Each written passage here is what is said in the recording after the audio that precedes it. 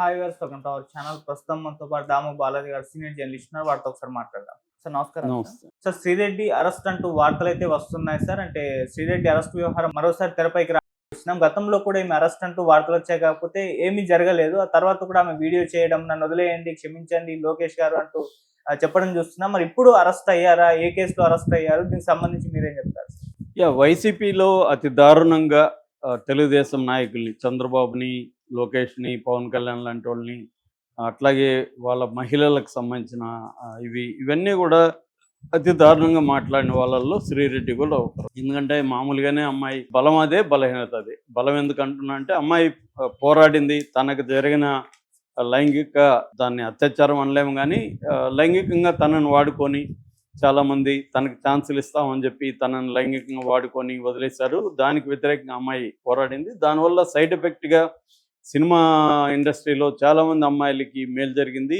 ఎవరైనా కూడా ఇవాళ భయపడే పరిస్థితి అయితే క్రియేట్ అయింది.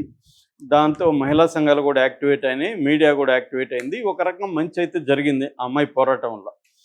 ఆ అమ్మాయికి ఏం మంచి జరిగింది అనేది పక్కన పెడితే, దానివల్ల సైడ్ ఎఫెక్ట్గా మాత్రం ఇండస్ట్రీలో కానీ ఇదంతా పెద్ద చర్చకు వచ్చింది. అసలు ఇప్పుడు ఏదంటే బేసిక్గా ఏంటంటే, ఇండస్ట్రీలో మహిళల్ని వాళ్ళకి ఛాన్సులు ఇస్తామని చెప్పి సినిమాలో యాక్టింగ్ ఛాన్స్ ఇస్తామనో ఇంకోటోనో వాళ్ళని లైంగికంగా వాడుకోవడం అనేది ఎప్పటి నుంచో జరుగుతుంది. దాన్ని ఈ అమ్మాయి బయట పెట్టడం, ఈ అమ్మాయి దాన్ని గట్టిగా ఎదుర్కోవడం జరిగింది.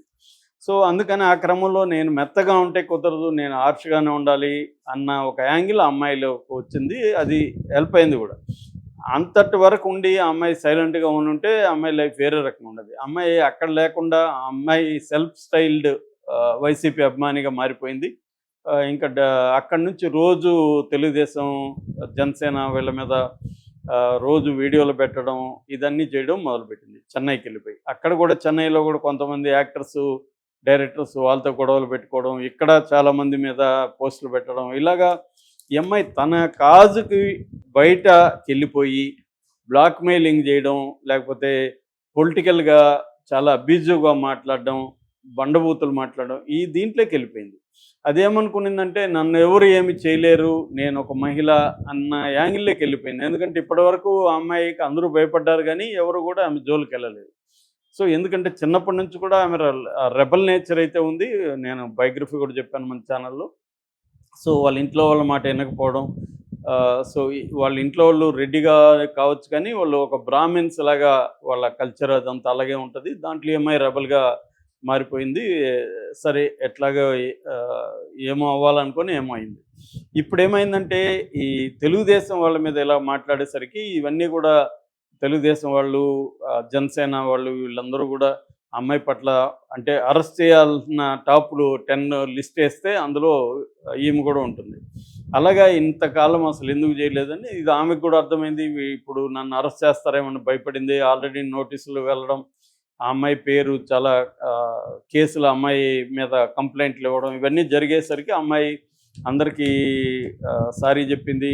నేను ఇక మీదట చేయను, నాకు బుద్ధి వచ్చింది, అది ఇది అని చెప్పింది. అయినా కూడా అంటే ఒక 5 ఏళ్ల పాటు అలాగా చేసేసి ఒక ఫైన్ డే నేను సారీ చెప్తున్నా, నాకు బుద్ధి వచ్చిందంటే ఎందుకు వదిలేయాలనేది లాజికల్. ఇది లీగల్గా అలా వదలడానికి కూడా ఏం లేదు. ఎవరైనా సారీ చెప్తే లీగల్గా కేసులు వెనక్కి వెళ్ళిపో, వాటిని డీల్ చేయాల్సింది. అలాగా ఈ అమ్మాయికి ఇప్పుడు 2 కేసుల్లో ఈ అమ్మాయి నిన్న ఆంధ్రప్రదేశ్కి వచ్చింది.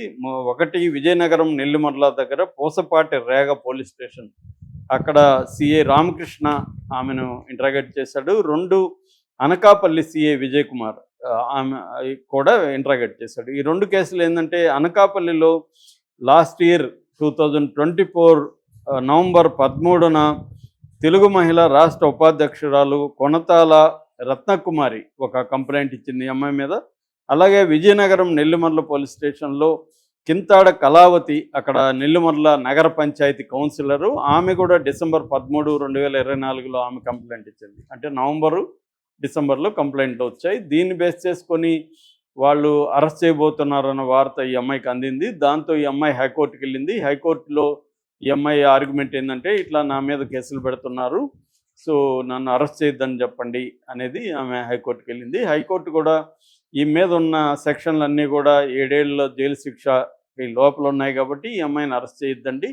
ఈ అమ్మాయికి లీగల్గా నోటీసులు BNSS 35(3) సెక్షన్ 41A ఉండేది ఇంతకుముందు, అది ఇప్పుడు 35(3) అయింది. ఆ సెక్షన్ కింద నోటీసులు ఇచ్చి విచారించండి అని చెప్పింది. అట్లాగే ఈమెకు కూడా నువ్వు విచారణకు కోఆపరేట్ చేయమని హైకోర్టు చెప్పింది. దాంతో నిన్న వాళ్ళు పిలిపించి విచారణ జరిపారు. విచారణ జరిపిన తర్వాత ఎందుకు వాళ్ళు ఈ అమ్మాయి ఏ ప్లాట్ఫామ్స్లో అంటే ఇటు ఎక్స్లో కావచ్చు, ఇన్స్టాలో కావచ్చు, ఫేస్బుక్లో, ఈ మూడిట్లో ఏ పోస్టులు పెట్టింది, అవన్నీ ఎందుకు పెట్టావు, ఇలాగా ఇంత అబ్యూజివ్గా నేను పెట్టమని ఎవరన్నా చెప్పారా, అది ఇదని అడిగితే నన్ను ఎవరు పెట్టమని చెప్పలేదు, ఓన్లీ జగన్ మీద అభిమానంతోనే నేను పెట్టాను, జగన్కి వీళ్ళు ఇబ్బందులు పెడుతున్నారు కాబట్టి నేను ఈ పోస్టులు పెట్టాను తప్ప నాకు ఎవరు కూడా పెట్టమని కానీ లేకపోతే డబ్బులు తీసుకొని కానీ నేను పెట్టలేదు అనేది అమ్మాయి క్లియర్గా స్టేట్మెంట్ ఇచ్చినట్టుగా తెలుస్తుంది. అది కూడా న్యాయవాదుల సమక్షంలోనే ఈ అమ్మాయి కూడా అడ్వకేట్ని తీసుకెళ్ళింది. చెన్నై నుంచి వచ్చి న్యాయవాదుల సమక్షంలో ఈ అమ్మాయి దాదాపు 2-3 గంటల సేపు ఈ అమ్మాయిని వాళ్ళు ఇంటరాగేట్ చేశారని చెప్తున్నారు. అంత అయినాక ఈ అమ్మాయికి హైకోర్టు చెప్పింది కాబట్టి లీగల్ నోటీసులు ఇచ్చి పంపిస్తున్నారు. అయితే ఇప్పుడు ఇంతవరకే ఉంటుందా, దీన్ని ఏదో ఒక ఫైన్ డే ఈ అమ్మాయిని అరెస్ట్ చేసేస్తారా? ఎందుకంటే ఇది ముందుగా పోలీస్ స్టేషన్ కోర్టుకి వెళ్ళింది కాబట్టి వీళ్ళు వేరే మార్గం లేకుండా ఈ అమ్మాయిని అరెస్ట్ చేయలేదు. కానీ రేపొద్దున సడన్గా పోసాని కృష్ణమురళి ముందు రోజు కేసు పెడతారు, మరుసటి రోజు పట్టుకొచ్చేస్తారు. అలాగా హాలిడే చూసుకొని ఫ్రైడే వెళ్ళిపోయి అరెస్ట్ చేశారనుకో, ఈ అమ్మాయి కోర్టుకు వెళ్ళడానికి కూడా టైం పడుతుంది. ఈ లోపల ఈ అమ్మాయిని జైలుకి వేయచ్చు ఒకటి. రెండోది, ఈ మధ్య మామూలుగా అయితే 111 కూడా పెట్టేవాళ్ళు ఈ అమ్మాయి మీద. కానీ అక్కడ హైకోర్టు కానీ కింది కోర్టులు కానీ 111 పెట్టడం మీద చాలా సీరియస్ అని.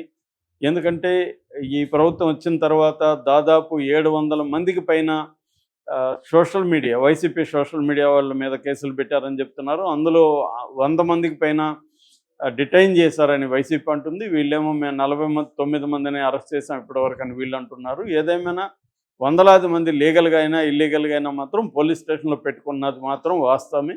ఎందుకంటే హైకోర్టులోనే అనేక హెబియస్ కార్పస్ పిటిషన్లు వేశారు. హైకోర్టే ఆశ్చర్యాన్ని ఎక్స్ప్రెస్ చేసింది. ఇన్ని హెబియస్ కార్పస్ పిటిషన్లు నేను చూడలేదని ఒక జడ్జి గారు కామెంట్ చేశారు.